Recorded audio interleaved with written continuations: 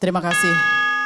Pada kesempatan ini mungkin kami langsung saja, yaitu berkenaan dengan tema debat kita, yaitu meningkatkan ekonomi kreatif masyarakat dalam rangka memajukan daerah.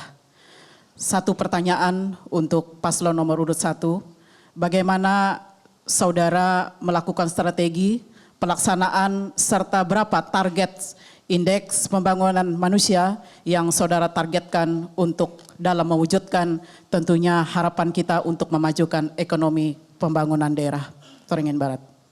Masih ada waktu untuk bertanya, apakah ingin digunakan? Cukup, baik, terima kasih. Pasangan calon nomor urut 1 silakan menjawab. Waktu Anda 2 menit dimulai ketika berbicara.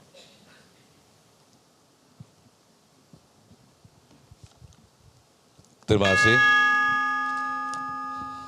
Tentu perkara IPM ini tidak terlepas dari program-program yang harus kami canangkan ke depan.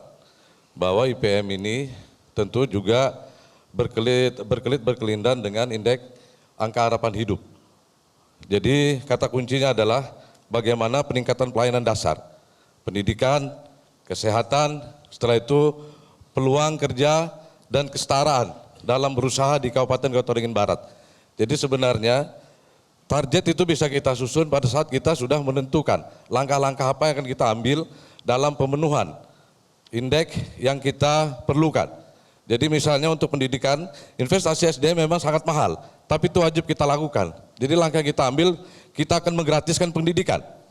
Kita sudah melakukan hitungan-hitungan bahwa total per tahun kurang lebih 75,2 miliar. Dan itu akan kita anggarkan agar warga Kota Waringin Barat benar-benar merasakan bahwa APBD wajib dipergunakan sebesar-besarnya untuk makmur masyarakat Kota Waringin Barat. Setelah itu yang kedua, dari sisi kesehatan kita akan anggarkan mungkin 30 sampai 35 miliar untuk menanggung BPJS bagi keluarga yang tidak mampu. Dan ada beberapa lagi program yang sudah tentu akan mempengaruhi tentang bagaimana indeks prestasi manusia Kobar ke depan. Silakan lanjut. Membangun manusia seutuhnya dengan ukuran IPM ini akan bisa terwujud dan akan kita laksanakan sebagaimana dalam visi misi membangun pasangan Rahmat Hidayat Eko Sumarno, yaitu peletakan dasar adalah bagaimana meletakkan layanan dasar yang menjadi simbiosis mutualisme satu sisi antara pemerintah kabupaten dengan investasi-investasi. Itulah yang akan lebih kita titikberatkan untuk apa? Untuk mendorong ya bagaimana terciptanya pendidikan yang berkualitas, pelayanan kesehatan, dan terciptanya jaring komunikasi antara Pemkab dan investasi tadi. Sudah habis 2 menit Bapak. Hadirin harap tenang, terima kasih. Silakan pasangan calon nomor urut 2 menanggapi. Waktu Anda 1 menit dimulai saat berbicara. Terima kasih.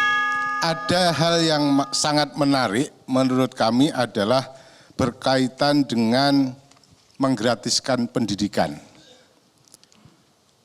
Oke, 75 miliar. Padahal kondisi APBD sekarang untuk pendidikan itu lebih dari itu.